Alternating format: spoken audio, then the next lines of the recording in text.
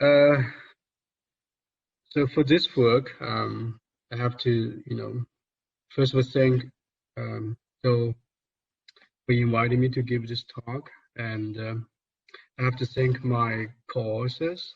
Without their contribution, I don't think this work will be possible. So today, the topic is a plume-driven recratonization of deep continental lithospheric mantle. So for cratons, we know they are long-term stable continents because they have very thick, buoyant, refractory lithospheric mantle roots protecting them, so they have a long-term history. That's why cratons have been studied heavily to reflecting the long-term history of Earth's evolution. And also one particular features for cratonic roots is they have kind of like high pressure but relatively low temperature. So this area is the reservoir for diamonds mineralization. So that's why attracting a lot of more research on this aspect. Also, cratons a lot of preserve a lot of metals, iron ore deposits. So that's why that's very important too. Within the life cycles of cratons, there are two key aspects for research. One is the origin or say formation. The other one is the thinning and distraction. The origin and formation, the two classic models. One is plume models. The other one is slab stacking model. But this is not what I will talk about today. But here I would like to kind of give you guys an alert. Graham Pearson and I will also call, so we'll have a Nature review paper coming up. It's already accepted. So we'll come up in probably in August or so. The deep continental roots and cratons is also about origin formation of cratons, and also talk about other stuff too. So stay tuned for this review paper. And the other one is about thinning distraction. Here we talk about in the Phanerozoic, and we know that the most famous examples for us is the North China Craton. There's tons of research over the last 30 years or so. And Wyoming Cratons and North Atlantic Cratons too. So there's tons of research about thinning distractions. So the question is, we know that thinning distraction happening in the Phanerozoic. What about earlier? For example, Proterozoic thinning distraction. What we see today from seismic observations showing most of cratons, what we see today, are pretty much remain very thickly set here. You can see all these dark areas. So that means if there is experience of proterozoic thinning distractions, then it possibly has kind of like a thickening process, and we call the recratonization. This process must have proceeded, otherwise it's unlikely to observe thick lithosphere, cratonic lithosphere at the present day. So if this process, recratonization, can be demonstrated, then we think it has enormous impact in the life cycles of cratons, and also possibly with the diamonds, shaping the diamond exploration and also ore deposit too. So one typical example for thinning and distraction is mantle plume, as we know. So this enormous hot materials coming up and destroy the lithosphere and generate enormous amount of magmas. For the craton, if the craton root has been previously weakened, then it cannot, resist to the mantle plume erosion. So it will cause thinning and distraction for the craton roots. Here I have to emphasize, if the cratons are refractory without weakening, the plumes won't be able to destroy the cratons. So, but if it's weak, It has been previously weakened, for example, by subductions and hydration processes. And if we had a plume hit the underneath of the cratonic roots, it's possible leading to thinning and destruction of craton roots, because you have to generating enormous amounts of magmas, like large igneous provinces. So what about cratonizations? So we will touch these questions in this talk. In North Canada, one of the most fascinating features is the kimbrite field in this area, and also tons of mantle as you can see. And one most important thing is it has diamond exploration. That's why we are able to find the samples in this North Atlantic and North Arctic areas. One most exciting features I want to draw your attention to here. It's 1.28 Mackenzie plume hitting this area. So we will look at areas close to this, this region. If the mantle plumes cause thinning destruction, what about the process we call today, recratonization? So that's what we're going to focus on today. Here we will look at the 5 localities close to the mantle, the Mackenzie plume. So here is the focal areas of Mackenzie plume, and the 5 localities we will look at the kimberlite. Okay, one is in Perry Peninsula, Central Victoria Island, Artemisia, Jericho, and David. So these kimberlite fields were erupted with a time span from 50 million years to 616 million years. And so we will look at the mantle in this kimberlite field. First of all, we will look at the major elements composition. For example, here, aluminum contents.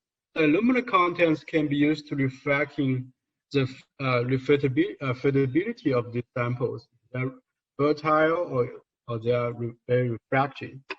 So look at the 5 localities here. You can see that all the aluminum numbers are very low. So that means these samples are very refractory, similar to typical oncratonic mantle pluralities. The other one is that we did a thermal barometry from the sample. So you can see, you get the PT data and then do the regressions, and then hitting the adiabatic line. So you will have the thickness of at the time of kimberlite eruptions. So all of them, like you can see the Jericho, Diavik, and Central Victoria Island, the Perry Peninsula. You will see the thickness is about 200 or a little more than 200 kilometers. So that means at the time of kimberlite eruptions, we see typical refractory like cratonic mantle roots, and also they're very thick too. So this is consistent what we said recratonization. And what about today? If you, based on the seismic data, we can see the thickness of this area are very similar to the numbers we mark here. The numbers we mark here is constructed from the PD data. So they're about 200 or 220, this one is 190 kilometers. So that means what we see today, the present lithospheric thickness is very similar to that at the time of kimberlite eruption. So that means, from like 600 million years to now, it's already thick. Lithosphere has been remained. But we do see Mackenzie, the effects of Mackenzie plumes, which is a Mackenzie large igneous province. You can see enormous Mackenzie dikes. And that due to the production of voluminous solides. And when you produce the solides, require the lithosphere lead was like not thicker than 80 kilometers, because you have to generate enormous amounts of magma. That means if that means the lithosphere has to be very thin. if the lithospheric is very thick, it won't be able to generate this composition and won't be able to generate such large amounts of magmas. So that means about what we see today, as I said, from about 600 million years later now, is already thick. So the thinning, that enabled the production of this large province, so has transitioned to a region of lithospheric thickening. So otherwise, we won't be able to see what we see today, like 200 kilometers of typical cratonic mantle in this area. So this is what we call the recratonization. So the question is, when and how did recratonization occur, and its significance in the life cycles of cratons? So we will try to use the age formation of the mantle keels in this area, because that will show how the time has been evolved in this area. So we will use Rhenium-Osmium dating. Why? Because Rhenium-Osmium for these mantle rocks, the most efficient way to date mantle keels, especially for like the area we refractory cratonic mantle roots.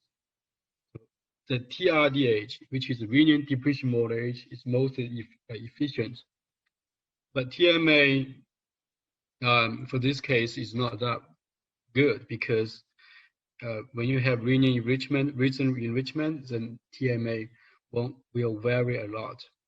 So we will using TRDs to constrain the formation ages of mantle keels.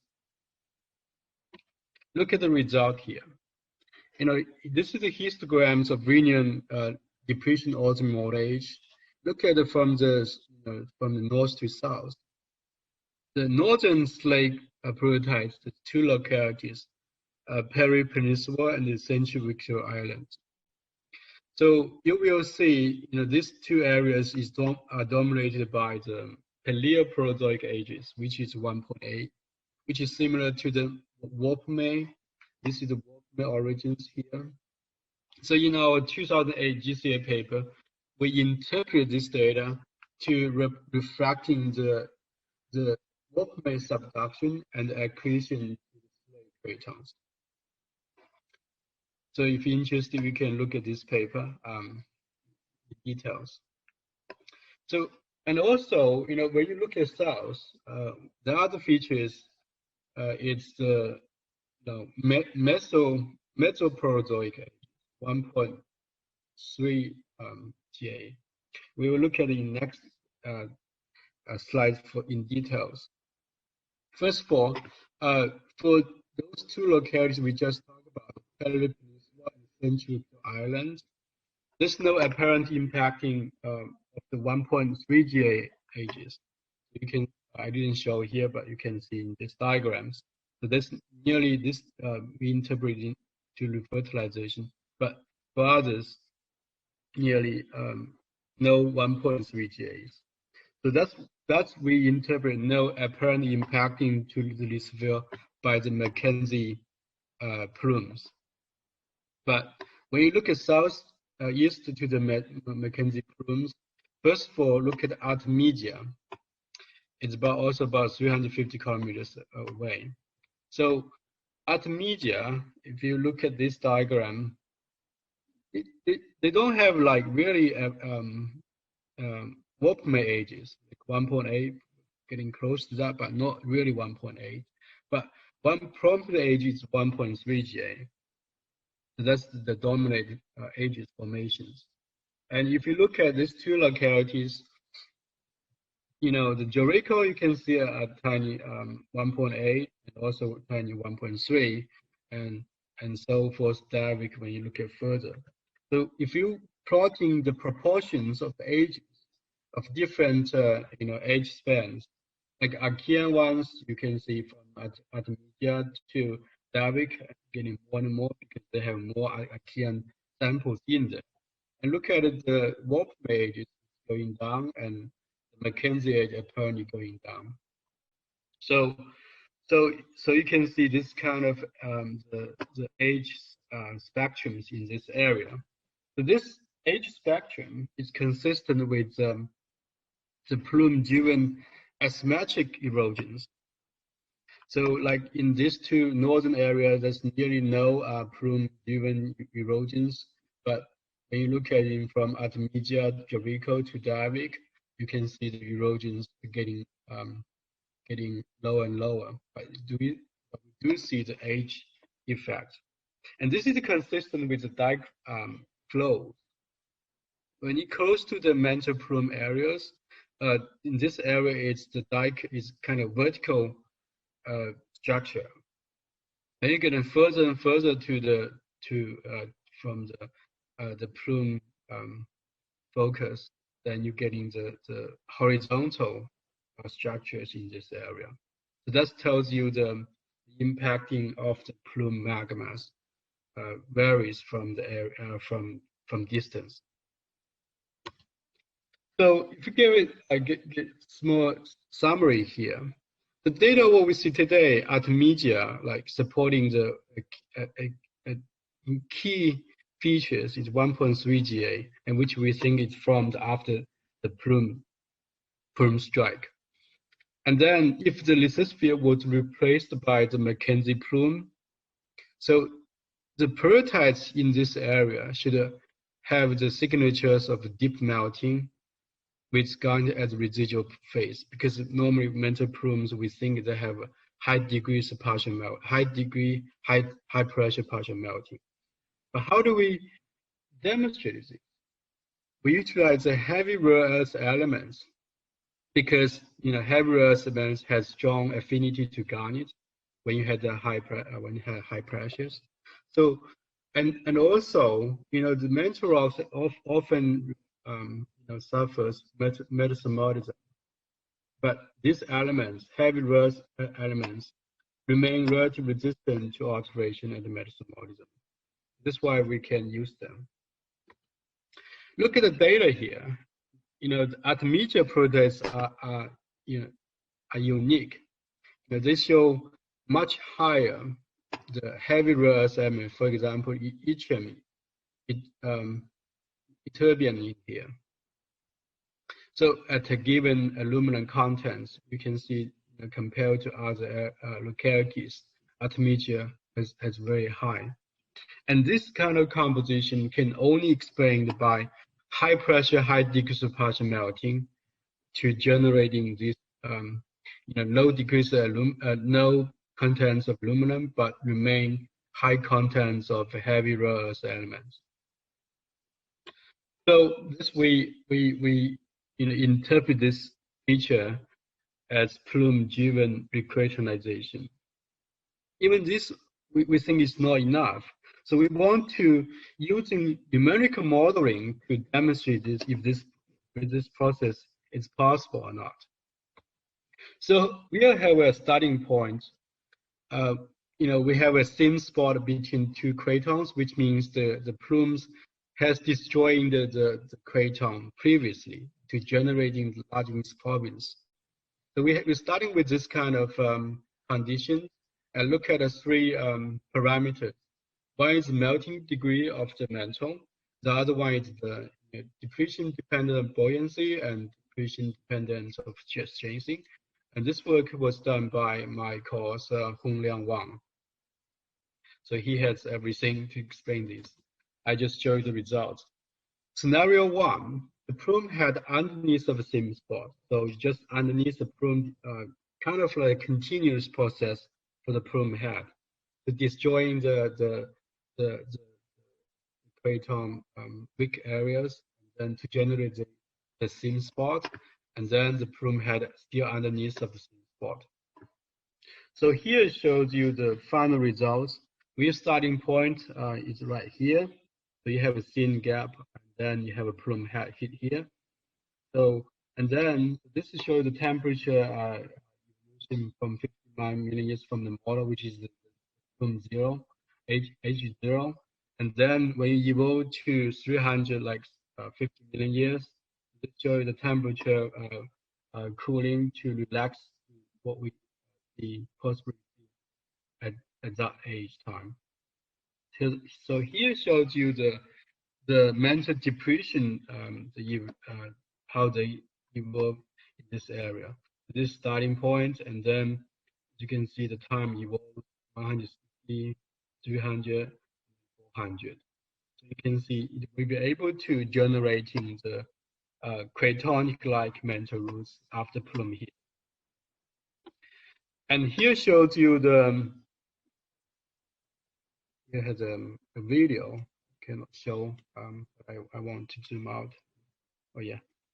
So shows you how when heating a plume and how the temperature and the depression field changes through time.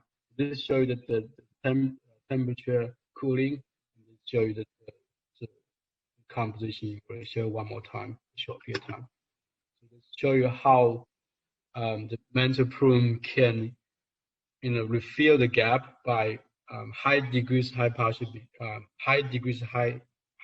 pressure mantle residue. This show you the temperature and the depression field, and the other one show you temperature and viscosity. So you can see this how the viscosity changes through the time, and getting more viscous to stabilize the plume, the cratons.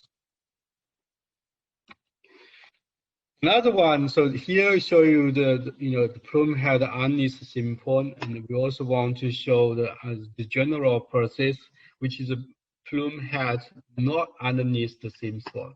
For example, kind of away from it, you can still show, to fill the gap, because here it's the very refracted craton roots, you cannot do much of it, and here it's too thin, so still won't be able to do too much thickening in this area, but we'll be able to rethicken the cratonic thick area gap in here. So just show you how general this process can do to refill the thin spot between cratons, which were destroyed by the previous plumes. So this show you, like, this probably one continuous plume. This show you probably multiple plumes to do the work.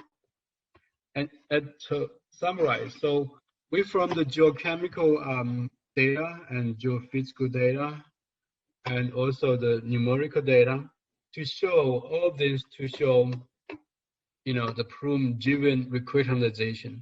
That means the cratons can heal and return to their original surface thickness after substantial disruption of their roots by plumes.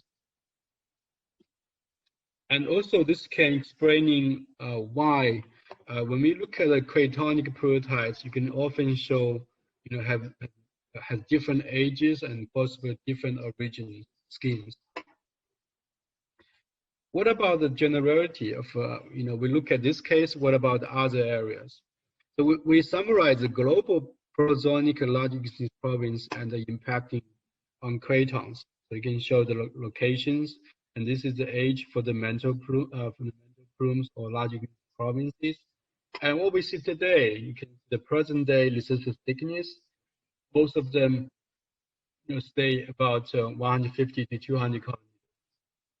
So that's why I show you earlier the scientific diagram show the global craton thickness. But that means the plume-driven cratonization maybe is very common processes in the history of cratons. So what's the significance? Cratons, if they underwent the plume-driven self-healing cratonic loop to their original thickness, this way can elongate the lifespan of cratons. Otherwise, the cratons probably have been destroyed many times. So we won't be able to see what we see today. So that said, cratons are results of a complex geological life cycle, so thinning and healing, and this process may be going on for multiple times. And the plume-driven thickening, can preserve thick roots for diamond mineralization. Otherwise, the diamonds will be destroyed. It won't be able to form new diamonds. So that means diamonds will maybe more scarce than what we see today, and also preserving a lot of precious ore deposits to have thick lithosphere. For the future work, we would like to continue to better understanding how the recratonization event concentrate precious metals in the Earth's crust and where to look for new diamond deposits. And also, we will try to to more work to understand in what specific situation or conditions plume leads to only thinning and destruction, or they can also do recratonization. So that's what we are going to do in the future. And we'd like to thank the funding, NSF China and also GSC GEM programs, and we'd like to thank my students and a lot of colleagues too for this work. Thanks. Okay, Jingao, thank you very much for your talk. And sorry, my microphone was not working at the beginning. Now it's time for questions from our participants. Thanks.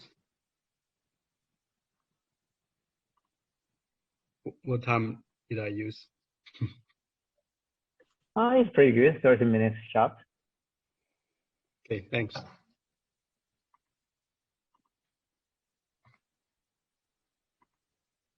How many people do we have in here now? 26. Okay. There were more. Went down a little bit from the peak. Okay, actually, I have a question. So, yeah. So for this recratonization process, so do you think that there will be new diamonds being formed during this recratonization process?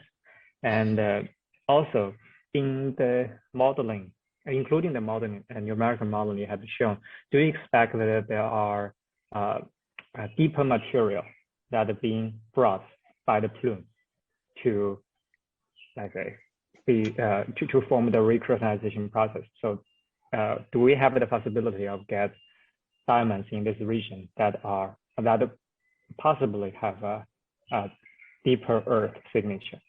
I don't know.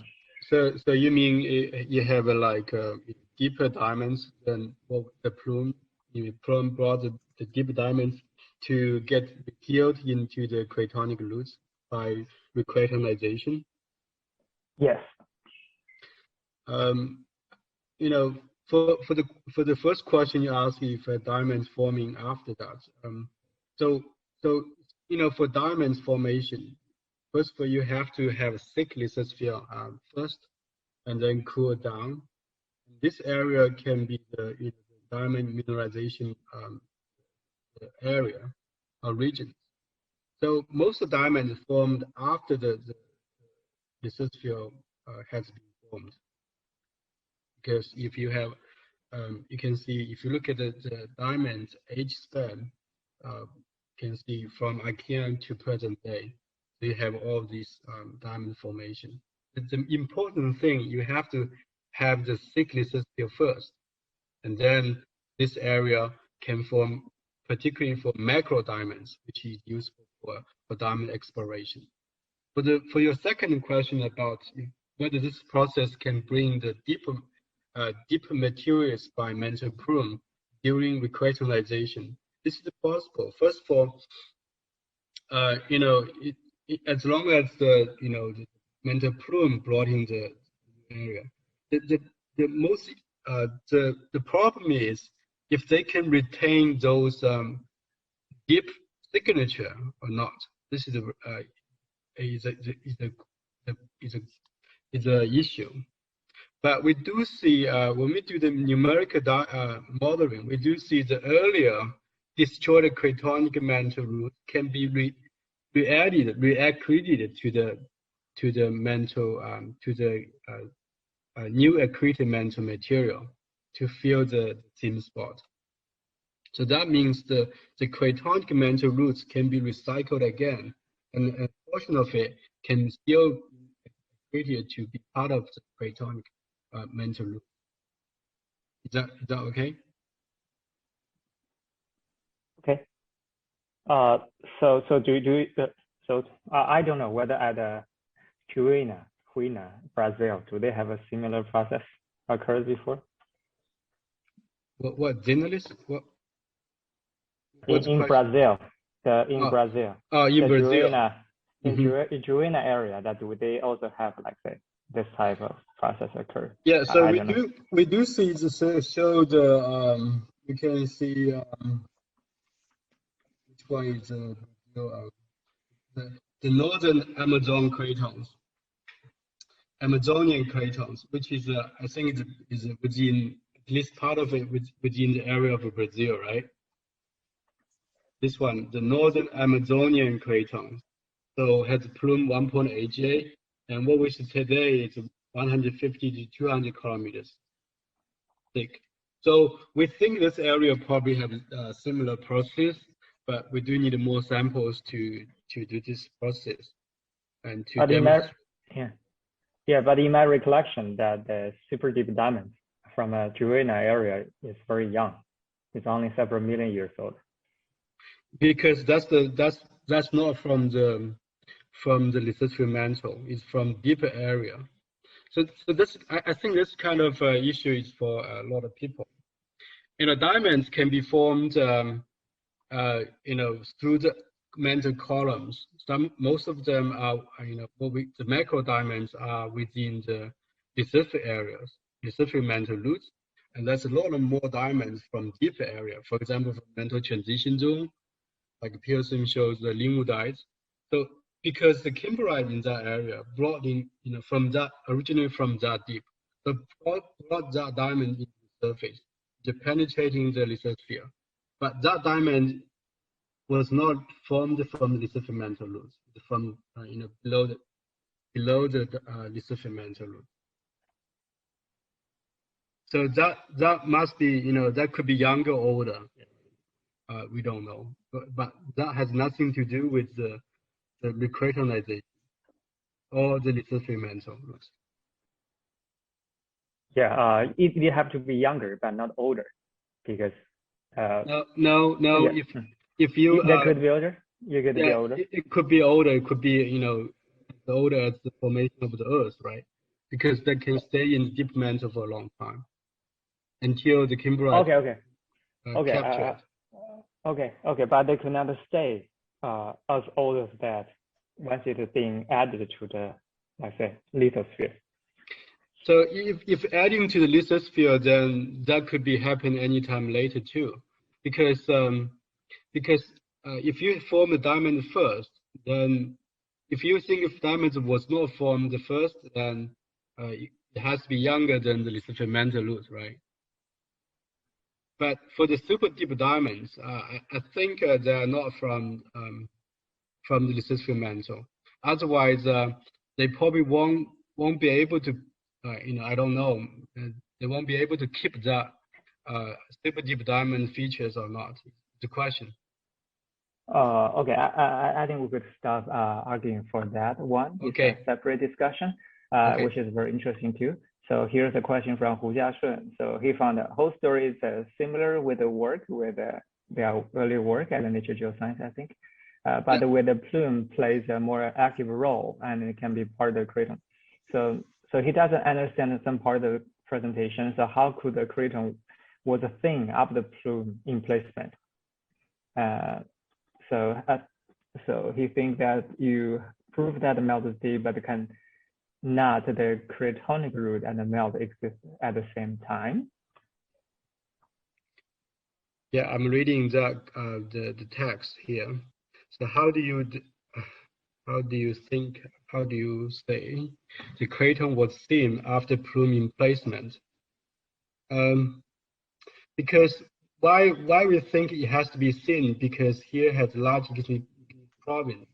We have a huge amount of the magmas, so you have to have the lithosphere. A lot of work has been done to do that. To show the lithosphere the leader has to be very thin to generate that much amount of magmas. You think the melt is deep? I guess the melt depletion process was deep, and then cannot the Craton roots exist time. So I think that probably I didn't state very clearly. So you have to have thin first, okay? If you don't have a thin, then there's no cratonization. Why this area can be thinned? Because, I mean, yeah, why can be thin? Because this area was formed by previous volcanic subduction and accretion. This area was already dehydrated, was hydrated already in 1.8 GA. And then when the Mackenzie plume hit 1.3 GA, you have thin lithosphere because it has to destroy in the lithosphere to generate, a huge amount of oleous magmas. So that's why we have thin lithosphere. And then we prune if you want to generating the data, what we see for the Artemisia, they have very high contents of heavy rare earth elements, as I showed in here. Show a few, probably just here.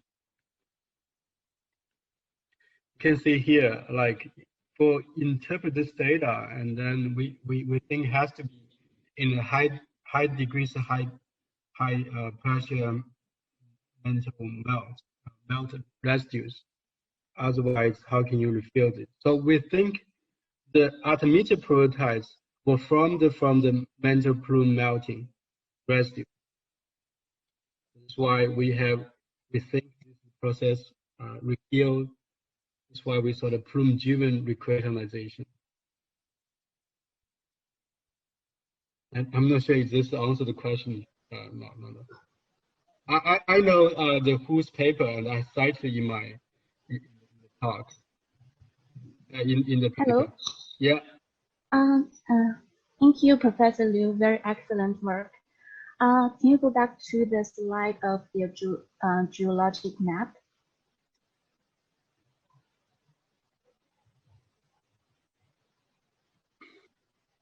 Oh yeah, here it is.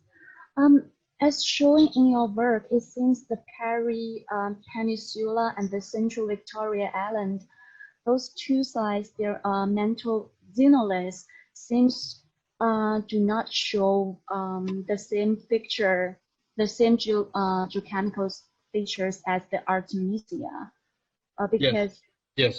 there is no high pressure, high degree of melting, and there is no recratonization. So how do you explain this? Because these three areas seems to be located at the same distance to the plume. So yeah, this is a very good question. This is also what we wondered at the beginning, but that's why the title here says plume-driven asymmetric erosion. Yeah. So the mantle plume, the areas like distance, Peninsula and Central Cratons and Artemisia, they're all about 350 kilometers away from the plume focus. But why we see complete different lithospheric features, because this area was not impacted by the mantle plume. So the mantle plume getting kind of away. You can see the dikes here. Do you see the dikes? Yes. So the dikes, all form this kind of parallel structures. So that means the destroying probably around this area, but these two areas are probably further north. They get away from the mantle plume, because if you look at the mantle plumes, it has a tail, right? Like kind of like mushrooms. One side it probably get it blocked, and the other side it probably just get kind of flooded. So getting away from all this, from center to this area.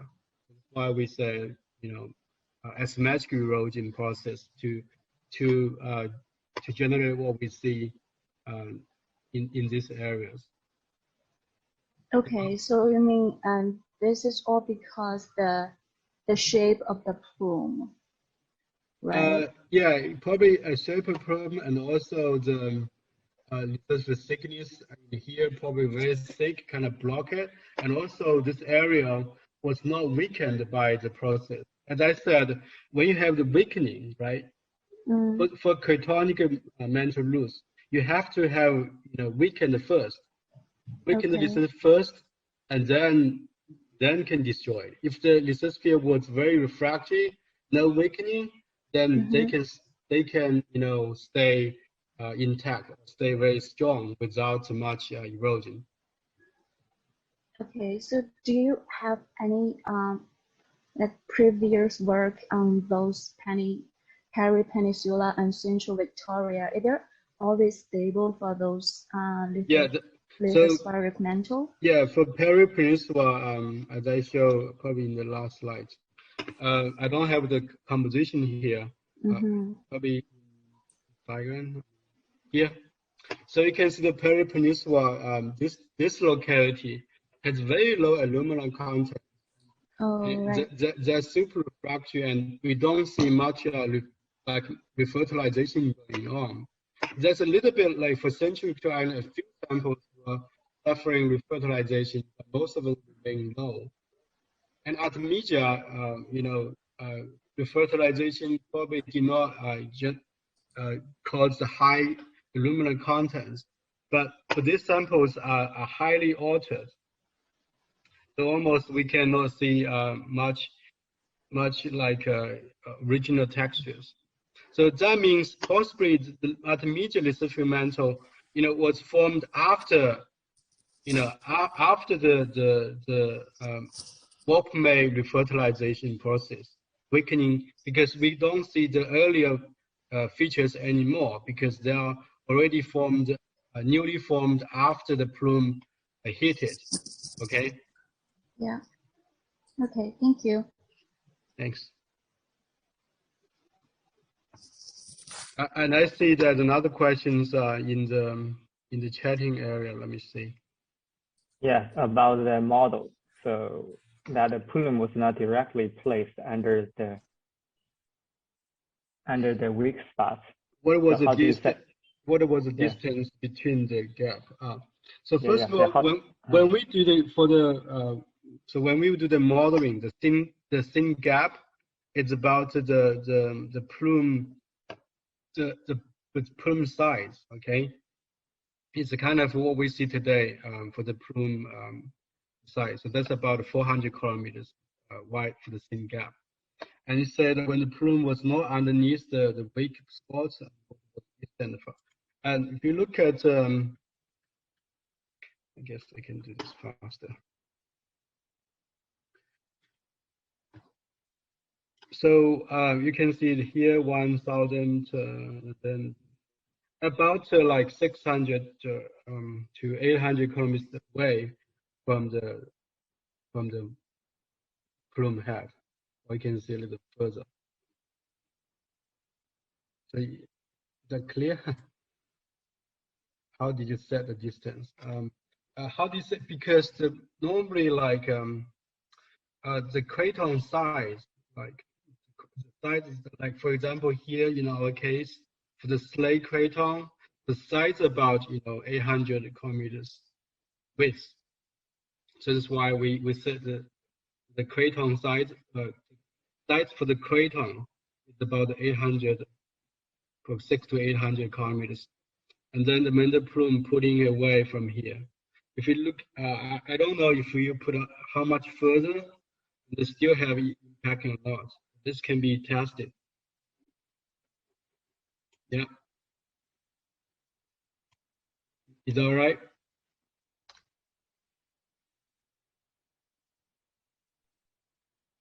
Yeah, I don't know whether Jiashun could open his mic again. If Jiashun is still available. Yeah, Jiashun. So Jiashun, yeah. I think Jiashun can talk if he wants to talk. Just write a long text. Yeah, I think the problem is that Jiashun is talking, but we cannot hear him. So. Where is he right now? Like.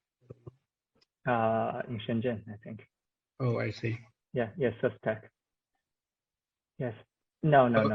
Yeah, we cannot hear you, unfortunately. Okay, it's too bad. Did you open it? Did you open? Yeah, there might be software connection problem rather than his hardware. Yeah, we can talk this further after this talk. You can add my WeChat or some Okay. Okay. So do we have more questions? Okay. Okay. If not, I think we could end our meeting today. And thank you very much for giving a talk. And also thanks everybody for participating and interacting with our speakers. So thank you again. Thank you, Joe. Bye.